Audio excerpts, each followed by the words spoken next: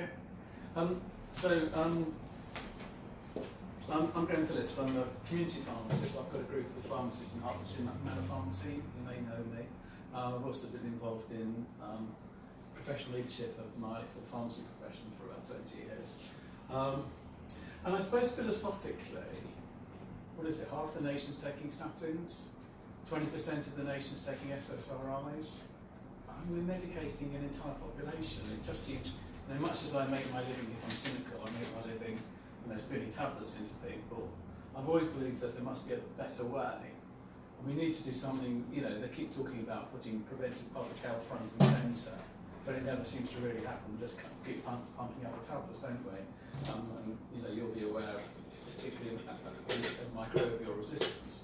So philosophically, I've always wanted to see if we could do something a bit different, and something that involves preventing long-term conditions rather than treating them, which always feels like the bolting the door after the horse has bolted. So I'll come on to that, but it'd be useful if you guys don't mind introducing yourselves to understand where you come from and what your interests are. And I want to try and make the talk interactive and as helpful to you as possible. So my name's Herschel. I work in general practice in Watford. General practice. I do a fair amount of periodontitis management. Interested in this for my patients, for me. My name is Melanie, and I work in general practice in two practices, one in Hertford and one in Westwalk. I've recently read How Not to Die. I don't know if you've read that, which is mainly about veganism, but I'm quite interested in health and how it affects it. Me? So, Neil, practitioner, indemnifier, car guy. Graham's next door neighbour. Graham's next door neighbour. Well, I think probably two reasons. One is we see lots of patients and they're all unwell pretty much. When you get actually someone, especially a bit older, who's on no meds, it's like, wow. Yeah. And so I think there's a whole population there that don't access healthcare, but do come to us. We're probably a bit time poor. We know obesity is causing all sorts of issues, which is related to sugar intake pretty much. Well, Graham's going to expand on that. And we know sugar is one of our enemies, we know inflammation is one of our enemies. So it seems a tie-in that if we can get these people healthier, maybe it's good for business, maybe there's a business in there somewhere, but actually if they're healthier, what we do then becomes easier and more manageable. So it's sort of, maybe there's a financial aspect, maybe there's a health aspect to it, maybe there's a sense of community that we can help with people. But personally, obviously, I think as dentists, we're all kind of time poor, running around, don't look after ourselves, mentally, physically drained, and I think if we've got to start looking after ourselves really for the sake of ourselves and the family. Sorry I've gone on, but that's kind of a bit of everything, really. Right, and one of the things, as my dentist, I don't think that's betraying too much of a confidence, is it, Neil? Is that Neil's always had a really holistic approach to my dentistry, and he's helped me get my mouth into much better shape than it was when I first moved into the village, and it's always been very holistic, your approach, Neil. Wonderful. Jane? Well, my name's Jane. I work at a small practice in Codicott, just self-employed, and I'm a beautician and holistic therapist. I am interested in gut health because I do think that most illnesses stem from inflammation in the body, and obviously an unhealthy gut creates unhealthy people, really. So, yeah, really interested for my clients. So. My name is Saeed, I'm a foundation year dentist working in Sandy. Just interested, just to see how general health ties in with sort of oral health, and I'm beginning to see more patients. I can see that in my practice as well. So, good to be able to provide holistic care. Okay, my name is Hannah. I live and work in Enfield. I've worked in a general practice. I do deal with quite a lot of older people who are on massive polypharmacies, which is quite difficult to manage. Lots of perio as well, and I also have a personal interest because I've noticed over the last year how much my life has changed when I addressed food and exercise, and sort of on our approach at least today. So I've completely changed around the way I eat and move around, and I feel like a new person.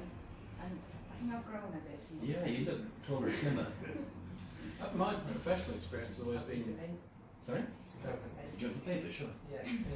I think My that's all right. I Just don't don't want want to to get use my- access to the video. Yeah, I'll just we'll put it on my website. Through my professional life, we've always had really good relationships with local dentists, and I generally feel that there's a very good much as we should be working closely with the GPs, as a pharmacist we often feel like we're competing with them rather than working with them, and that's partly because of NHS structures, but I've never found that with dentists. I've always found that we've had very easygoing relationships. I don't know whether you have that experience, but certainly we've always been friendly with local dentists, and it's always been kind of a very easy relationship. So, the exam question is, do you want to live to be 100? Depends. Any other reflections? Thank you very much. It does depend on quality of life, really, doesn't it, at that stage? Absolutely. So,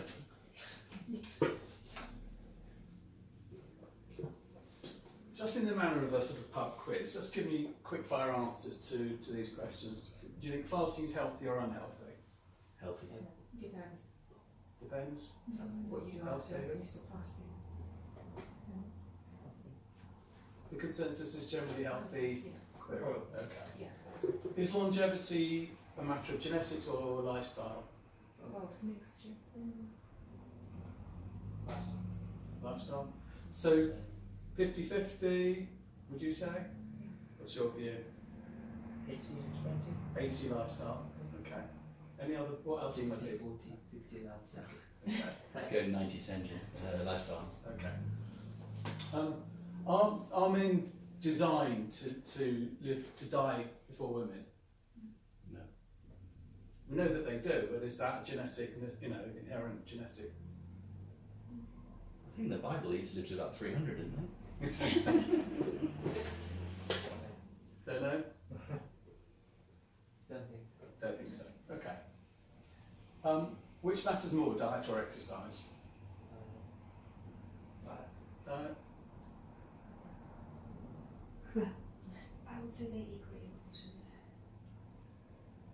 important. So 70-30 on diet. They say apps are made in the kitchen. okay. Does fat make you fat? No. Okay, so we're clear about that. Okay. Are all calories equal? No. Okay, so that's clear. What is it that makes us fat? Is it gluttony and sloth? So we need to just eat less and move more? Is that the answer? Yes. Any other views? Some people are predisposed, I can't get my words out. Predisposed. That's right. To being larger. Yeah. So I would say not necessarily. Okay. So you're a bit ambivalent about that. Okay, fair enough. How much sleep should we get? More. 8 hours? Any other bits? I think 5 of like REM, and the rest of it were waste. As much as you can. It depends on your age as well. Okay. Is breakfast the most important meal of the day? No. Consensus? Everyone saying no? Okay. So, this presentation carries with it a health warning. It carries with it a cognitive dissonance health warning. Okay? Because a lot of what we're taught as health professionals, my profession and I'm sure yours, is about correlations and not causations. And you can pretty much correlate anything. So here we've got a fantastic correlation between per capita cheese consumption and the number of people who died by becoming tangled in their bed sheets, right? And it correlates perfectly, right? But I don't think anyone in this room would necessarily advance the hypothesis that this is causative. It's a very good correlation, but it's not causative. And so much of what we've been taught in nutritional science around cholesterol, hypertension, salt, is based on this. So if I say things that you find a bit shocking, just think back to that slide. So yes, I'd like to live to be 100 if I can look like the guy on the left. And the guy on the left is Charles Yuxter, who's a British dentist. And he describes, I think it was in his late 60s when he decided to get fit and healthy. think he was possibly on his own. He decided he wanted to pick up young ladies, and he describes, there's a YouTube of him describing how he wanted a beach body. And this is Charles Youngster in his mid-90s, and he became a bodybuilder. He went on to win lots of medals, and there are lots of pictures of him on the internet draped in scantily clad young ladies. My point is, if 95 looks like that, sign me up, okay? But if 95 looks like the guy on the right, take me out and shoot me now. And I think that's why when we said, do we want to live to be 100, our response was, yes, I do, no, I don't. Because it all, like you say, it depends. So, the science appears to show that the maximum life expectancy for a human being is about 120 years. Okay? But that presupposes, A, you've got perfect genetics, and B, that you lead a person perfect life, okay, which none of us does. But the point here is, vitality hasn't changed. So this individual lives to 120 and pretty much dies in their sleep, and their quality of life really is pretty much good to the end, and that's how we all want to go, right? Except, I mean, I'm 60. Most people of my age have got 1 or 2 long-term conditions. So we are extending life, but we're not extending healthy life. So it becomes the concept of lifespan against health span. Lifespan's the easy one, that's how long you live for. But health span is how long you live a healthy life. And if you look at the NHS England profiles, and this is being mirrored elsewhere in Europe, since the introduction of the NHS, life expectancy has grown consistently. But since the advent of austerity, not only is that not the case, it first plateaued, it's now going backwards. So people's life expectancy is getting less, both here and in the States and elsewhere. But even ignoring that dynamic, most of us are developing 1 long-term conditions, then a second, then a third. And we're keeping going by excessive medical interventions. But that's not quality of life, it might be quantity of life, it's not quality of life. And the people on one of these curves are heading in, not in the direction of the Charles Youngster healthy 95-year-old, we're heading where we all don't want to end up, in a residential home, dribbling into our soup. So the interest for me is lifespan. I'd like to expand lifespan and health span and make them equal. That would be the ideal. Do you know about the blue zones? So these are quite interesting. These are 5 very discrete areas of the world where people live in huge numbers into their hundreds, right? All the standard Western diseases, cancer, dementia, hypertension, pre-diabetes, diabetes, and many others, hardly found at all. And men and women live lives of equal length. Now, if you look at these areas of the world, and they're not entire countries, they're tiny parts of individual countries, you couldn't really explain it, I don't think, in terms of genetics, because they're genetically diverse, or in terms of locality, because there's no obvious link. And there's one American blue zone, Loma Linda in California, and they're very ethnically diverse, so there's no way that you can say that they're from a particular background. But they are Seventh-day Adventists, they lead a particular lifestyle.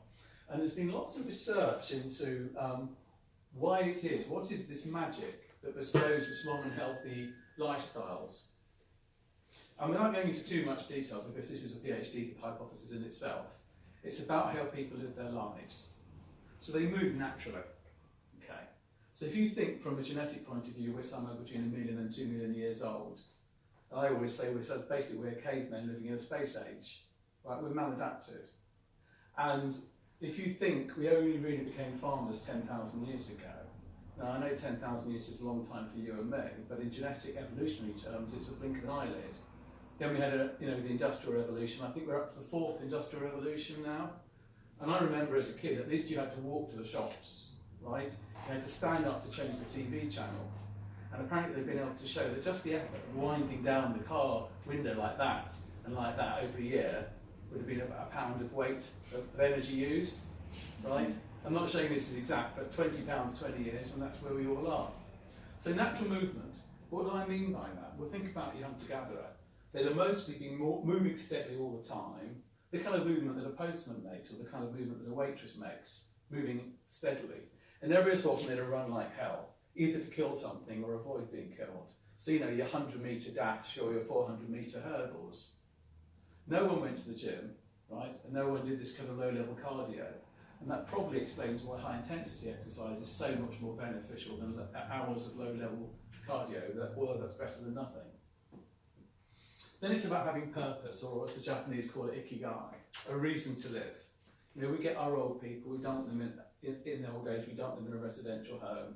They've got no real stimulation, they have very poor and very little diverse diet. They never get any sunlight, they don't get any vitamin D. Interestingly, in these societies, people live in extended families. So the grandparents and the great-grandparents are very actively involved in bringing up their children and the grandchildren, and retirement just doesn't exist. Retirement is really a Western construct. Yes, they do kind of wind down in the later periods of life, but they never really retire. And if I said to you the two most dangerous years of your life are the year that you're born and the year that you retire, you can kind of see it, right? For most of us, our social capital is at its maximum the day before we retire. And the day after, we're kind of lost souls, many of us. And we know these people who seem to have done really, really well until retirement. Within a year, they're gone.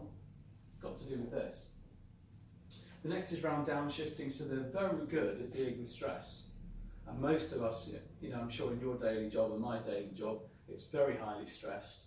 And I'm on my social media almost till I fall asleep. I never really relax, I never really switch off. In these societies, they're very good at downshifting, so they're low stress. And there's been evidence now, for example, that in societies where they regularly take an afternoon siesta, there are lower levels of dementia. They tend to eat very much a plant slant diet, so they do eat animal protein, and we are, you know, if you decide to become a vegan or a vegetarian based on moral choice, I have no hesitation in saying that's fine. But if you look at what we're designed to be, we're designed to be omnivores. So they all eat meat, but they don't eat large quantities. But by the nature of it, they're eating seasonally, they're eating organically. And when they do eat animal protein, it tends to be a treat. So they'll eat, actually a lot of these societies, they eat pork, but it will be a piece the size of your hand, and it will be once a week, twice a week as a special treat. So it's not, no one's eating 30-ounce steaks. The diet, so therefore the diet, as you can see, is very much plant slant. And it's not also about what you eat, it's also when you eat and how you eat. So they tend to eat mindfully and purposefully, and they tend to stop eating when they're comfortably full, right? Now, I don't know about you guys, but I know how many times I've been to a restaurant where there's a buffet, and I go and fill my plate, and I come back, and I'm chatting, and I've stuffed all the food in my mouth without I haven't even experienced the food, and I go back for a second or a third portion, right? Because I'm eating without, I'm never mindful, and I've tried to really concentrate on eating mindfully, so they build it in. Interestingly, they all drink wine, or they all drink a form of alcohol. And there's a lot of evidence now that red wines, particularly the ones that are high in resveratrol and polyphenols, are actually pretty healthy. They're healthy for your microbiome in particular. So my go-to is Malbec. So if you like a glass of Malbec, a glass or two, not a bottle or two, that's pretty much health food. And then there's a sense of belonging, right? So they tend to, either in religious communities or in family communities, where they have a sense of belonging and a sense of connectedness. And we tend to live in very disconnected environments now, don't we? Where we're kind of locked, you know, we go out to work, we lock ourselves in, and we're not living anymore in family circumstances. So belonging, putting your family first, and then finally the right tribe. So this is, I suppose, is nudge theory. So if all your friends smoke too much, drink too much, never do any exercise, and they're couch potatoes, you will be the same. But if all your mates are slim and fit and interested in their health, it kind of takes you with it. The point here is that if you were able to follow these 9 precepts and adopt them in your own life, it would add about 10 to 12 years of healthy life to the average Western society. Now, 10, 12 years of misery, I'm not really interested, but if I could invest a bit of time to have additional 10, 12 years of vital life, I'm up for that. So let's look at what kills us. Now, if you think back before the start of the NHS, overwhelmingly people died of infection. And infection really isn't a thing anymore. It's that little blob there. What is killing us is not what we call, so if you call infection, we call communicable disease, we're dying now of non-communicable disease, and we all know it: cancer, dementia, hypertension, diabetes, etc. And I guess much as I love the NHS, I think the NHS is still focused on acute care and not on prevention. And my argument now is, if you look at where the big blobs are, most of this is preventable lifestyle disease.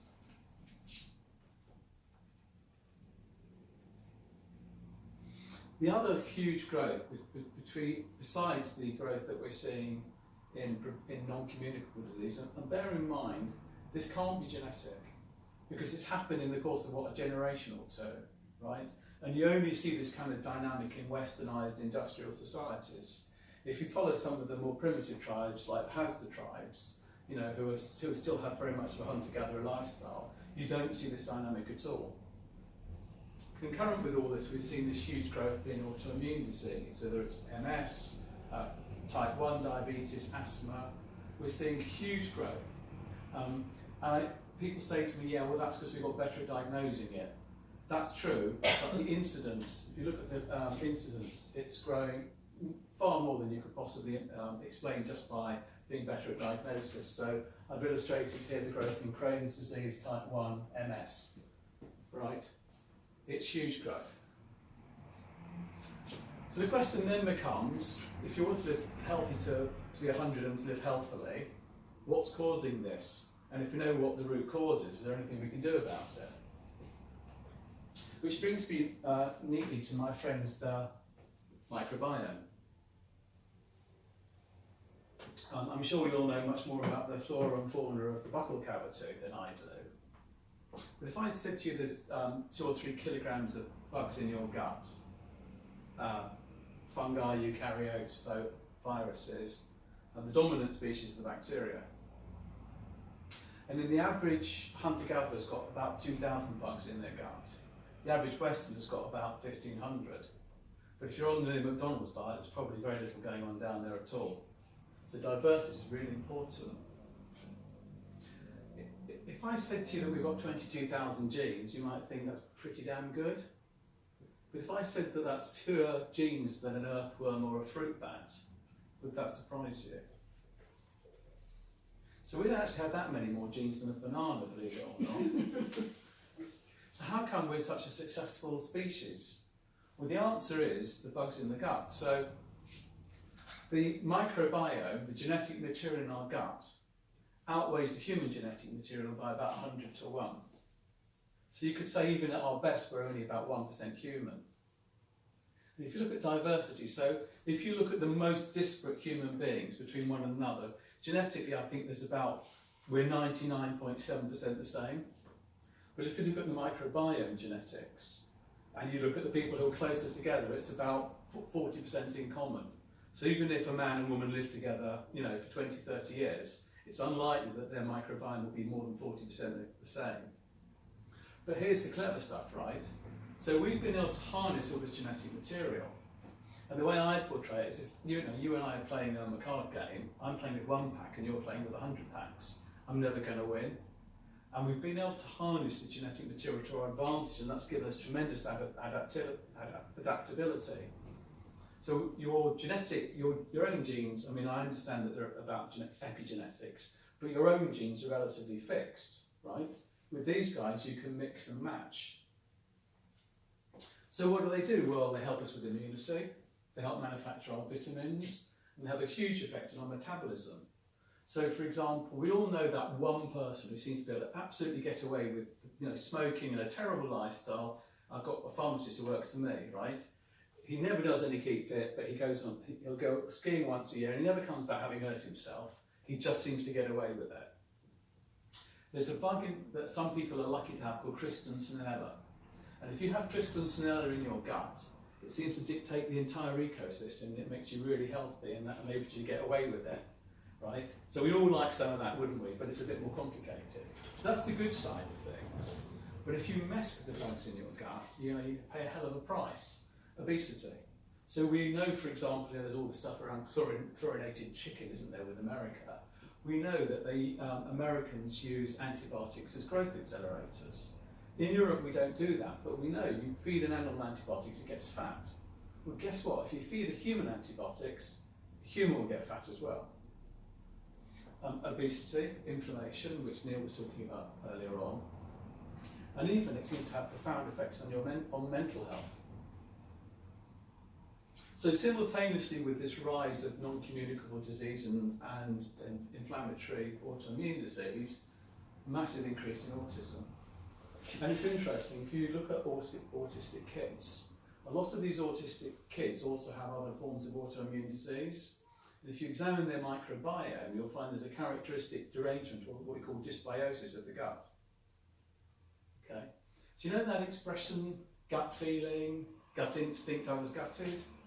Turns out that the vagal nerve transfers all the way into the gut. I mean, you guys, again, dentists do a lot more physiology than pharmacists do, but the mesentery is actually permeated by brain tissue, and it actually has its own heartbeat. And probably all of us have heard of serotonin, the happy hormone. But if I said to you that 95% of your serotonin isn't in your head, it's in your gut, and it's generated by the bacteria, you could kind of see that if you kill those bugs off, you're not going to be such a happy bunny.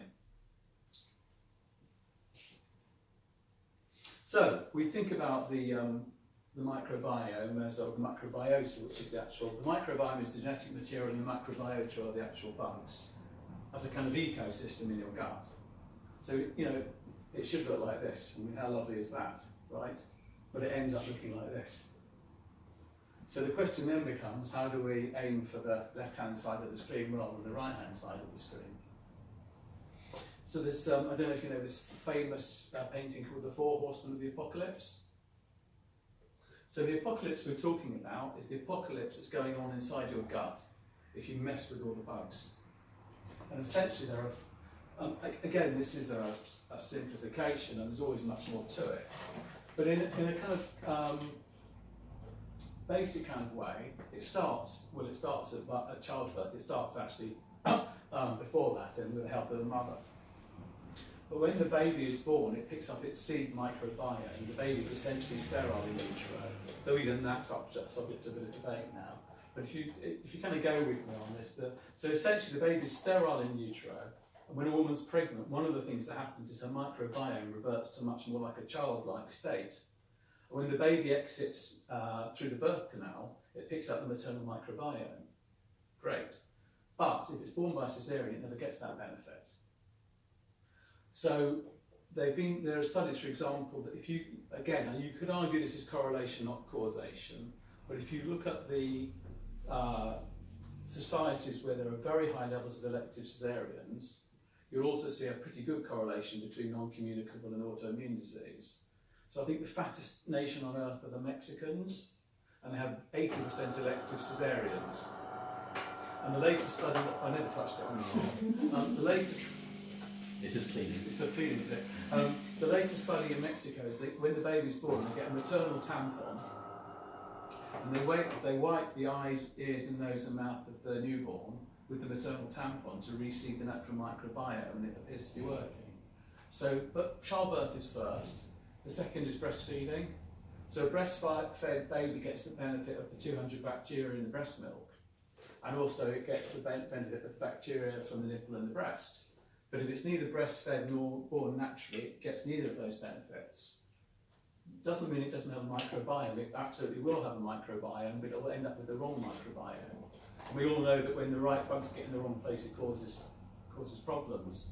So the baby may pick up the microbiome of the skin of the first thing it touches, which might be the midwife. Next is the use of antibiotics. And you know, for years we've abused antibiotics, and I'm very concerned about antimicrobial resistance, but it seems that if you give a child one dose of a narrow spectrum antibiotic, its microbiome will revert quite quickly. But repeated courses of broad spectrum antibiotics over time, serious like deforestation of the microbiome. The average 18-year-old American apparently has had 18 courses of antibiotics. So none of that's good, and of course finally is the McDonald's diet.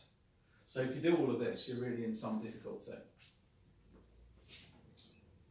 So what? Well, does anyone know about leaky gut? Have you heard of leaky gut?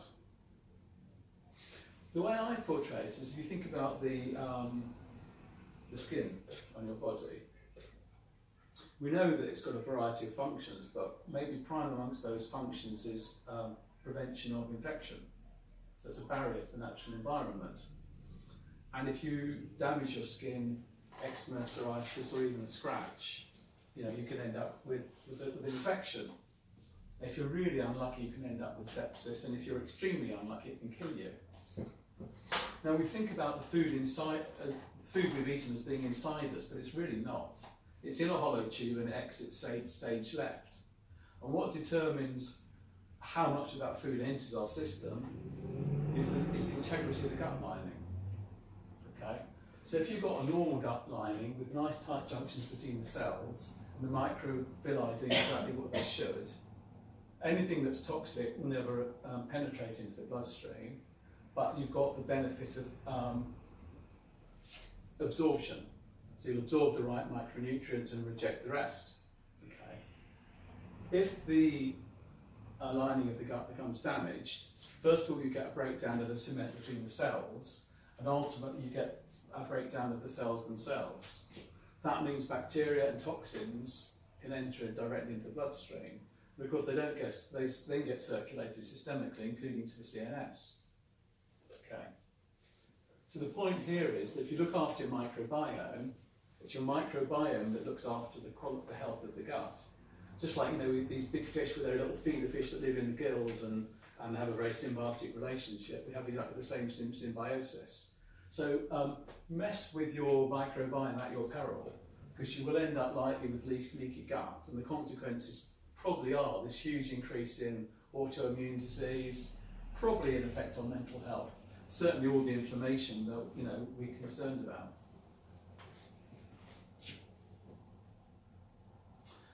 So that's the microbiome side of things, and then I want to come on to the hormonal side of things, right? Now, certainly if you'd asked me 5 years ago, what makes us fat, I'd have said eating fat, and it's a consequence of eating too many calories and not moving enough. Complete rubbish. So I think we confuse physics with biology here. So if you move a heavy object from there to there and back again, it's always the same amount of energy, right? But we're not a physical system, we're a biological system. Think about it. Are you sitting there thinking about the rate of your heart, or your respiration, or the pH of your blood, right? None of us fall asleep in the middle of the night because we forget to do all those things. And yet we've all been educated by the food industry to believe this myth that hunger, satiety, whether you burn calories or not, is under voluntary control. Complete rubbish. It's under hormonal control, and very complex hormonal control. And this is admittedly an oversimplification, but we know that even the most basic single-celled organism tightly controls its environment through a process we call homeostasis. Well, exactly the same is true here. So whether we burn energy or consume energy, or whether we store the energy, is determined by a complex of hormones and the relationship between the sympathetic and the parasympathetic nervous systems. Prime amongst the hormones is insulin, right? So insulin is like the master hormone that dictates it, right? High levels of insulin will do the following things. It does many other things, but it will do the following things. First of all, it will push you towards fat storage. And secondly, it will push you towards energy conservation. And of course, that's a natural adaptation, because we're built for feast and famine. So during the periods of feast, you store the energy, and during the periods of famine, you burn it up. But of course, we don't feast and famine, we just feast and feast and feast and feast. If you combine the fact that many people are eating almost continually 18 hours a day, because they're having meals and snacking in between, with foods that naturally raise your insulin, so foods that are high in sugar, carbs, and particularly processed foods, omega-6, you're spiking your insulin all the time, okay? So your insulin is permanently raised, hyperinsulinemia, which leads directly to the metabolic syndrome, which I'll come on to. And that dominates everything. So if your insulin is permanently high, A, you'll be permanently hungry, and B, you'll be in permanent energy storage mode, and C, your body will think it's starving even when it's not, and it will conserve energy. And that's why serial dieters like I am, you know, you're eating less and less and less, and you're getting fatter and fatter. Because this simple equation of calories in, calories out, which some people call psycho, just doesn't work. And this is the whole basis of my service.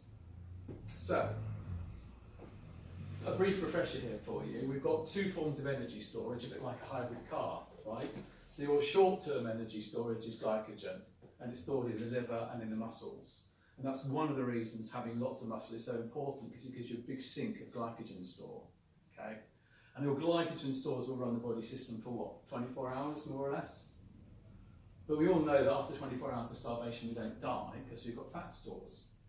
So once your glycogen stores are full, the energy then gets stored as triglyceride fat in the adipose tissue, okay? And that's what insulin makes us do, with all the associated hormones. But we've only got limited fat stores in most cases.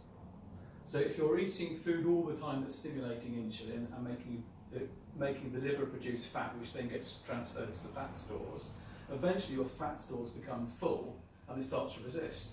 A bit like trying to cram people into the Japanese railway with cattle prods, right? Even with the cattle prod, eventually you run out. So at that point, the adipose tissue becomes resistant, insulin resistant, and that is what type 2 diabetes is, it's insulin resistance. But you're still putting sugar into the body, right? Now, the bloodstream at any one time is only designed to have literally 5 grams of sugar in the entire bloodstream, so it's millimolar quantities, and it's exquisitely tightly controlled, right? Why is that?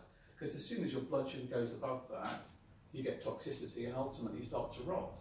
And we're seeing this, aren't we? I mean, I know this, am I right? The single largest acute cause of admission for kids to hospitals is rotting teeth, having teeth removed. I mean, it's horrendous, right? And you know, we've seen it with older people with type 2. They literally start to rot and you start hacking their limbs off. Frightening. So we know that raised sugar is toxic, and we know that it's tightly controlled, but all the time we're pushing more sugar into the body. The adipose tissue becomes resistant, more sugar comes in, so what do? We generate more insulin. Okay? Rinse and repeat. So the way I kind of portray it, if you imagine you've got a sugar lake here, there's your insulin dam and you're this side of it, right? If you put a bit more sugar into the insulin lake, the body generates a bit more insulin. It looks fine, doesn't it? A bit more sugar, a bit more insulin. One day your dam collapses, right? And that's why overnight you become type 2 diabetic. Because you haven't become type 2 diabetic overnight, the symptoms have appeared overnight, so that's probably been a 20-year process behind that. So if you can unpick that process,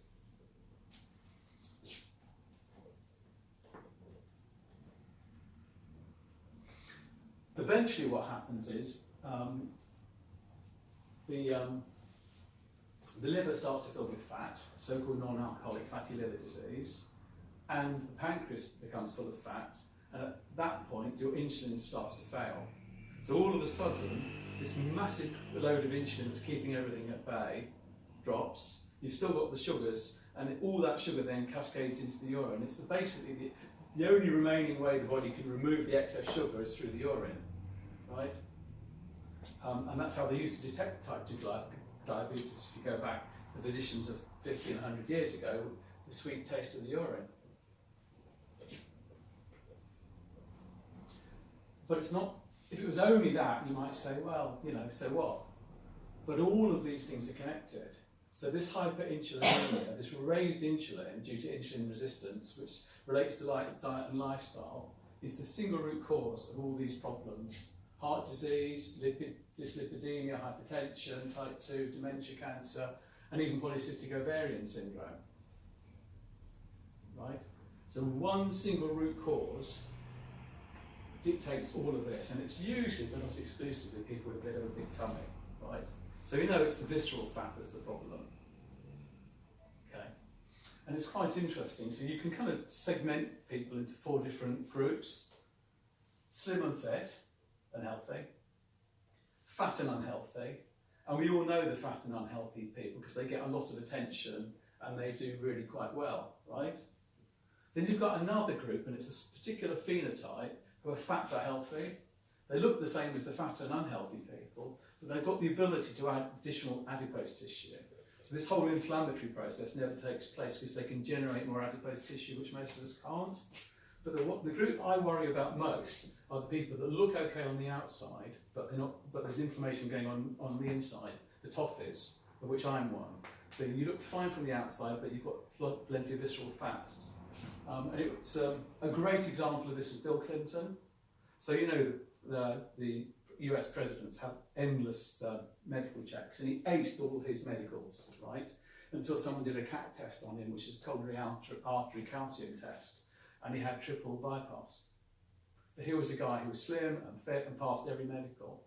And I've just had exactly the same thing actually with one of my van drivers last week. He had 2 TIAs followed by a stroke. He's a guy 35, he's slim and fit to look at him, and he's 5 days a week in the gym, right? But his diet is terrible. So he's got this hidden hyperinsulinemia, this hidden incipient diabetes. And what's interesting is in raw numbers, if you look at the correlation, more of the fat people are unhealthy, right? But there are more slim people. The total number of slim people with hyperinsulinemia, metabolic syndrome actually outweighs the fat people. So we only worry about the fat people to our peril. Of course, if you've got Asian genes, that goes double. As we know, the Asian community is notoriously susceptible. So, insulin resistance, as I've kind of covered, heart disease, dementia, cancer, fatty liver disease, infection, polycystic ovarian disease, etc. Take your pick.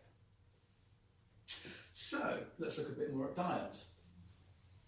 Now, we know that simple sugars, literally the icing on the cake, the jelly babies, the sugar in your tea or coffee, give you a big sugar spike and therefore a big insulin spike. And we're all clever and we all know we need to avoid that.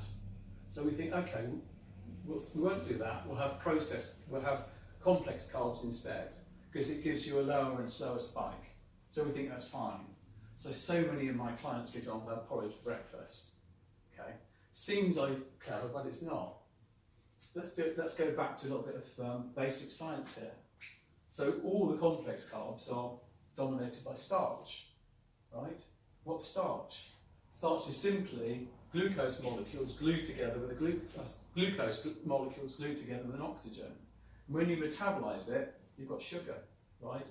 So you've got to think about eating starch. It's the same as eating sugar. So when you look on the back of the pack and you think it's low sugar and you ignore the carbs, you're ignoring the problem.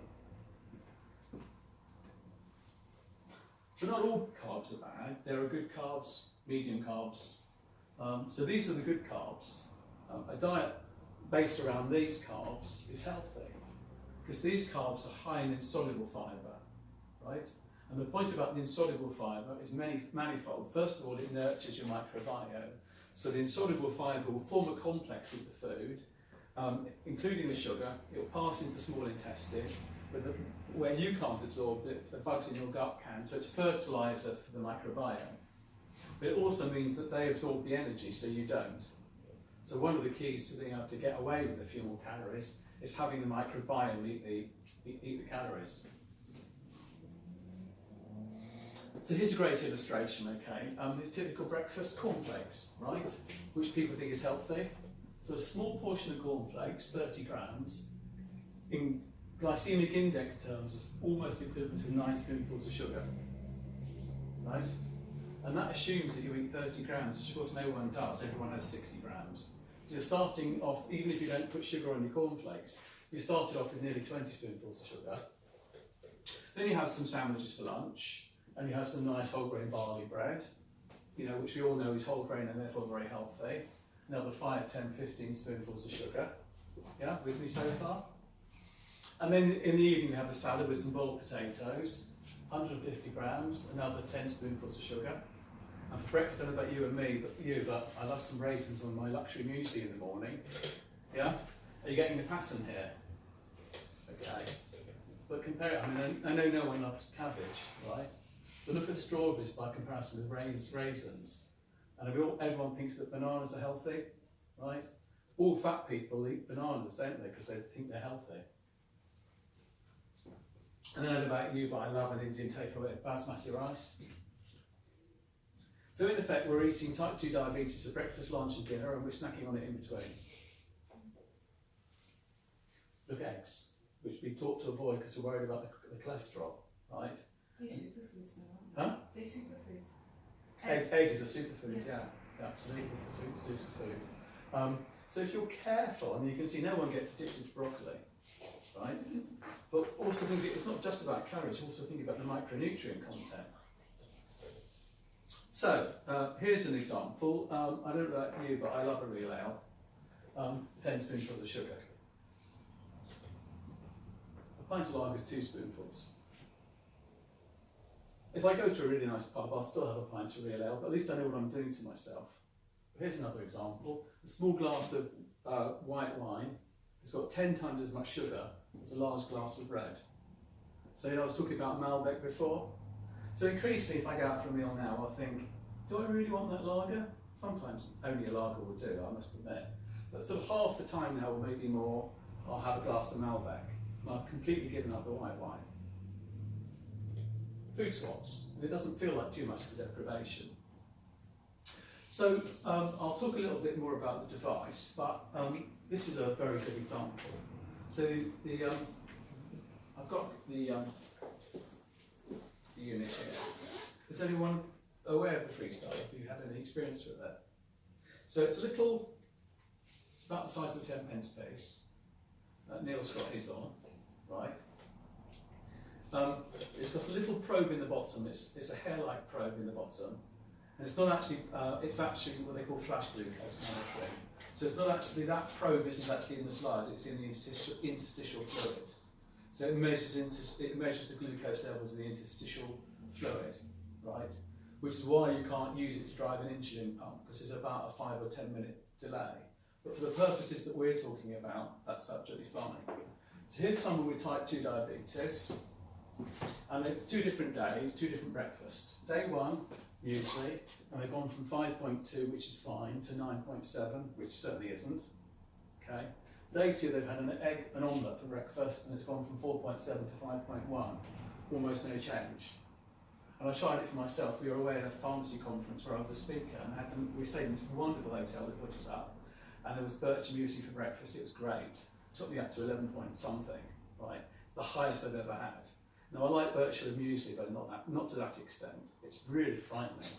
And so many of my clients, they either have toast for breakfast, or they have porridge for breakfast, because they naively have been taught by the food industry it's healthy. Actually, the micronutrient content is very little, and the sugar content is high, and people are doing this all day. So they have their porridge for breakfast, and 2 hours later they're starving, and they're, yeah? So, let's reflect a little bit. We talked about fattening carbs, causing high insulin, causing obesity. Okay, that's not so much of a problem. Okay, maybe that's not so good for getting into your bikini, but that isn't where the action really is. The problem really is whether you go down this loop. So if you go to obesity but you never develop a fatty liver, right, the fat but healthy people, that's not a problem. If you end up with fatty liver, right, non-alcoholic fatty liver disease, and then eventually you end up with inflammation in the liver, then you're going around this cycle. This is the killer one. And this is why you can get fat but healthy people, and you can get slim but unhealthy people. It's all got to do with what happens in your liver, right? Which is why one of the reasons when I speak to my clients, I look at their liver function, and I look at their lipids. Because high levels of triglyceride and a poor relationship between HDL and LDL, and HDL and triglycerides are diagnostic. I'm not bothered about whether actual cholesterol is at all. It's got to do with the big picture. Now, every single cell in the body can burn glucose. That's less of a problem. Only the liver can metabolize fructose. And fruit sugar sounds innocent enough, doesn't it? But when it's in the form of fructose, fructose is do not pass go, do not collect 200 pounds, go straight to fatty liver disease. And so many professionals, I mean, not just patients, but many health professionals are drinking regular amounts of fruit juice because they think it's one of their 5 a day, which it used to be until recently. High levels of fructose, in particular, go straight to fatty liver. So we've all been taught by the fruit industry, the 5 a day. Actually, that's about marketing for fruit. I'm quite conservative about fruit. So I'm having a big Twitter row at the moment with innocent smoothies, so-called innocent smoothies, which are owned by Coke, right? And it says so much good stuff we couldn't fit it all on this poster, okay? And it's perfectly true, they haven't added anything. It's what they've taken away.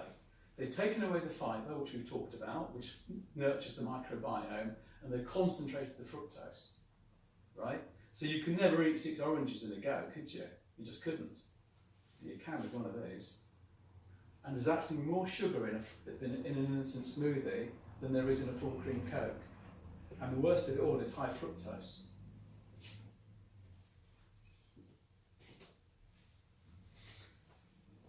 I think the food industry is doing exactly what the cigarette industry did 40 years ago, right?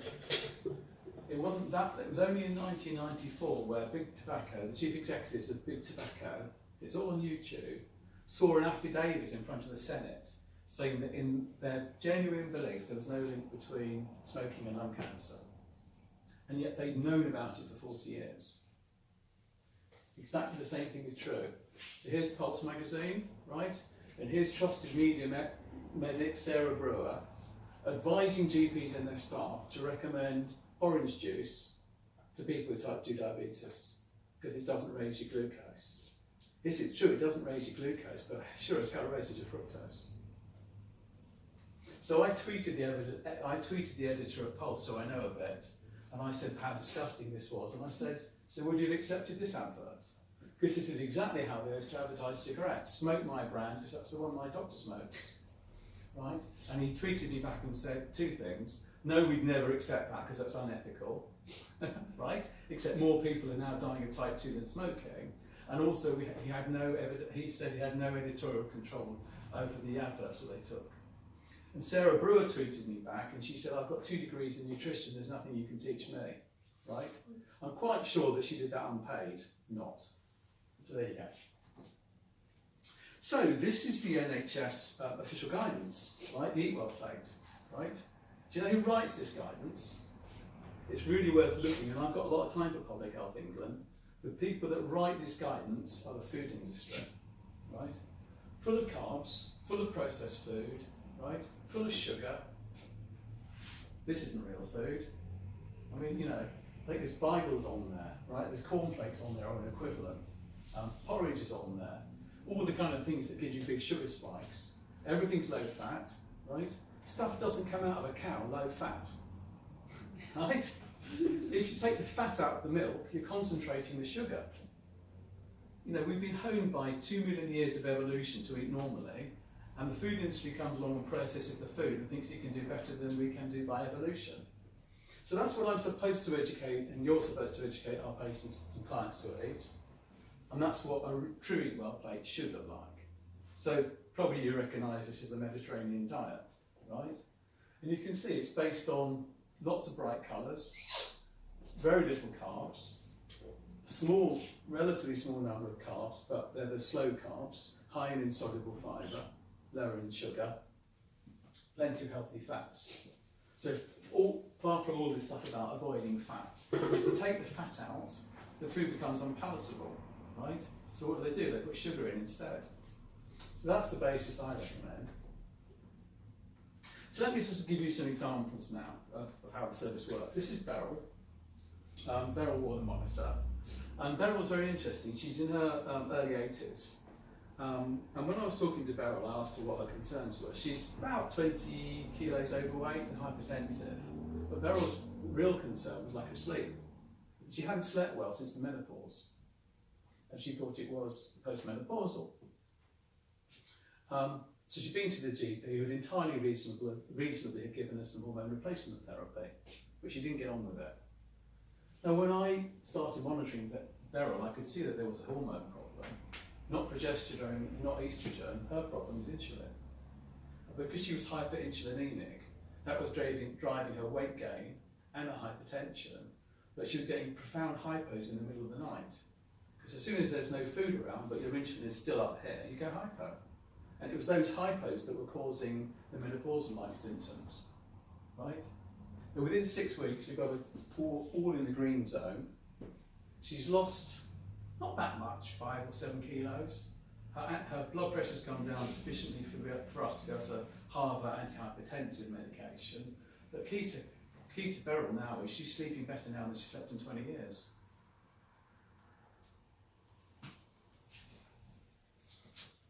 PCOS. So we know that hyperinsulinemia causes raised testosterone, and it's the raised testosterone that gives the acne, the male pattern hair growth, that inhibits ovulation, which is why we treat PCOS with metformin, which might not seem that logical, but that's the basis to it. So not all of them are plump, but I have quite a lot of plump young ladies who are struggling to get pregnant because of the PCOS. And here's an example. This young lady is about 30 kilos overweight. And interestingly, a lot of them seem to have isolated diastolic hypertension.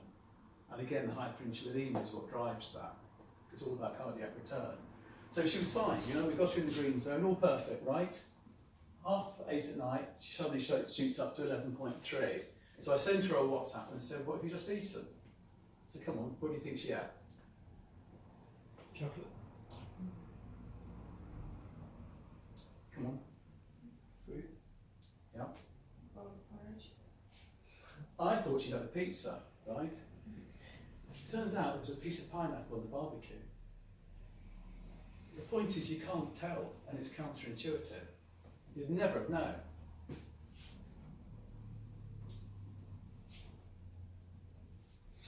This is Mariola, and she's on my website, so she's written a testimonial for me.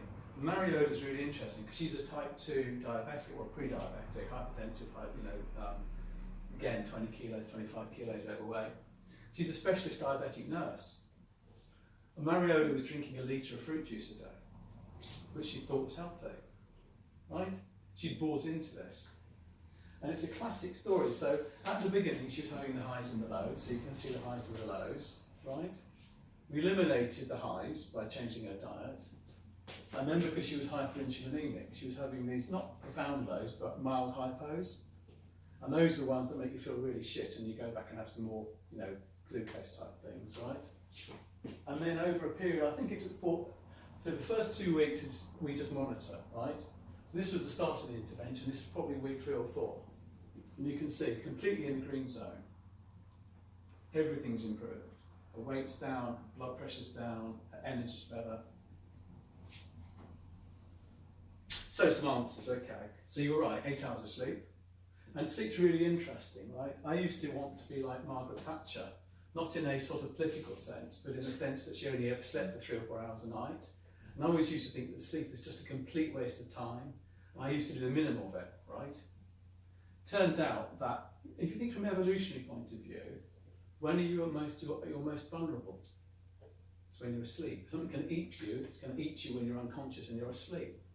So it would have been a huge evolutionary benefit, would it not, to evolve without sleep, and yet we haven't. And that just shows how fundamentally important it is. So 8 hours of sleep, and almost no one that I know gets that. I mean, I used to get 5, 6, 7 hours. The watch actually monitors my sleep, and I've really focused on it. I've realised how important it is. Poor sleep, raised cortisol, raised blood sugar, raised insulin, metabolic syndrome. Lots of slim but depressed people have got metabolic syndrome for the same reason. Exercise, and again, high intensity. So the 2 things I concentrate, I mean, this sort of low level cardio, an hour of low level cardio in the gym, yes, it's better than nothing, but it doesn't really work. So you kind of sit on your bum for 23 hours of the day, and you might do an hour of low level cardio. I try to get people to walk, and I try to get them 2 other things. One is to get really high intensity. So it's the exercise is so intense you literally couldn't hold a conversation. And that short, sharp shock. And the body then thinks it's got to make adaptation. And the other one is resistance exercise. Particularly while you're younger, if you can build muscle now, it gives you that glycogen store for later on. So high intensity and resistance. And probably no more than, you can do this in 20 minutes 3 times a week. Vitamin D. Almost no one in this country has got adequate vitamin D. In order to generate enough vitamin D, first of all, you've got to be quite substantially naked and out in the sun for a good period of time, which none of us do. We're all covered up. And secondly, because of the sun rays, the way that they fall in this country, you will only get sufficient vitamin D, even if you're out in the sun quite a lot, between April, May and late August, September. So the whole country is vitamin D deficient, so I recommend a high supplement of vitamin D. I'm not a great one for supplementation, but I supplement vitamin D for everyone. Keep insulin low. We've talked about that. Mediterranean diet, we've talked about that. Reduce sugar, particularly refined carbs. Avoid fructose like the plague. It's like much, for me, you know, the innocent smoothie is just the evil. It's more evil than Coke. I'm pretty cautious now about fruit. So my go-to, and I like fruit, my go-to now are strawberries, raspberries and blackberries, which have got low levels of fructose and high levels of insoluble fibre. We talked about red wine. Now, I used to think apple cider was just for food fetishists, but actually it does generally work. It does delay gastric emptying and it does keep your insulin levels lower. So if you have a nice salad and you chuck some apple cider vinegar, or even if you take it in a drink, that's good. Magic ingredients, olive oil, right? So they always used to talk about the French paradox, where the French have very high levels of saturated fat in their diet, but very low levels of cardiovascular disease, and it didn't fit the theory, right? So it's saturated fat again is healthy. Don't believe what they tell you. It's the it's the seed oils that are the dangerous ones, where it's highly processed and full of omega-6. So olive oil is great. Turmeric, which is virtually a religion in India. Ginger and cinnamon, those are particular things I recommend. Fasting is something we're designed to do. Periods of fasting, particularly healthy. And what I tend to do with clients is we'll start off by assessing their diet. We'll try at an early